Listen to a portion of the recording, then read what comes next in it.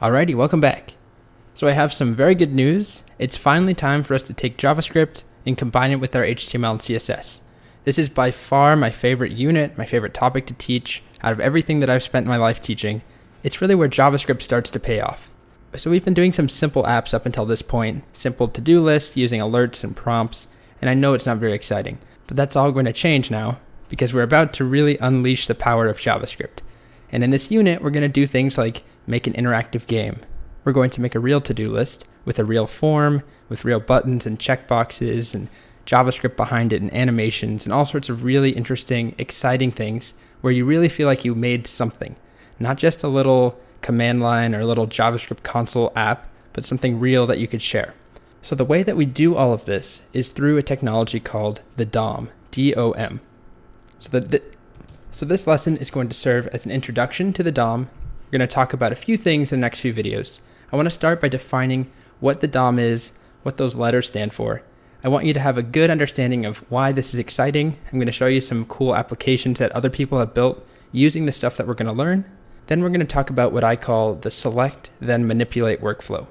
So let's get started. So why should you care about all of this? Well, there are so many reasons. Virtually every big web app out there right now, things like Twitter and Facebook, Instagram, YouTube, Gmail, they all use a ton of JavaScript. And most of that JavaScript is interacting with the DOM, interacting with HTML and CSS. So we interact with the DOM to do things like games. We could make tic-tac-toe, we could make a platforming game like Mario. We can use it to do more practical things like drop-down menus, form validations. It's how we make web pages interactive. It's how we can add animations. And the last one here really sums it up. Pretty much every awesome site ever, although really just in the last few years, uses a lot of JavaScript to manipulate the DOM. As I mentioned earlier, I am going to show you a few examples first before we start defining these terms, talk about what the DOM is, how it works. I want to show you a few websites. So the first one is just Google. And I don't know how much you pay attention to this, but when you start to search for something on Google, like hello, notice how I get this thing that appears. This is all HTML. This is some sort of div or something that's being hidden and shown, and it's changing as I type things. Like if I type Hello Kitty, I get new results. That's all done with JavaScript. So this is the kind of thing that we're going to be able to do after a few videos. Of course, we won't be able to write the backend that Google has, but we'll be able to do the front end stuff here. All of the HTML, all the CSS, all these effects that you see, we'll easily be able to replicate. So the next thing that I want to highlight is on Udemy's website.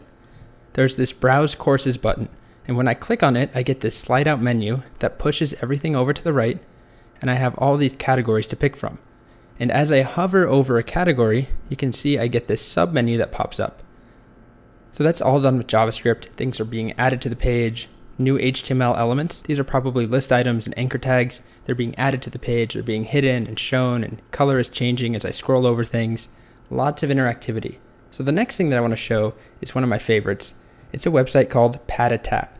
So this is a little bit different. It's not really a web application that you would use, but it's a really fun toy and a great tech demo of what you can do with HTML, CSS, and JavaScript.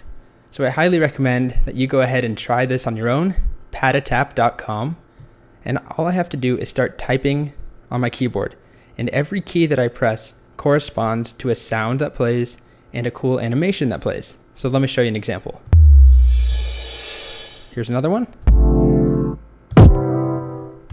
So you can get lost on here.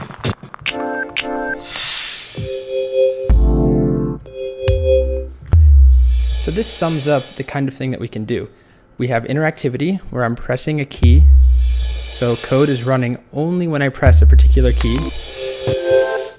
And then that code is not only playing a sound, but it's also changing what we see visually. So it's not just console.logging, it's not just using alerts. It's actually changing the screen, the HTML and the CSS that we see.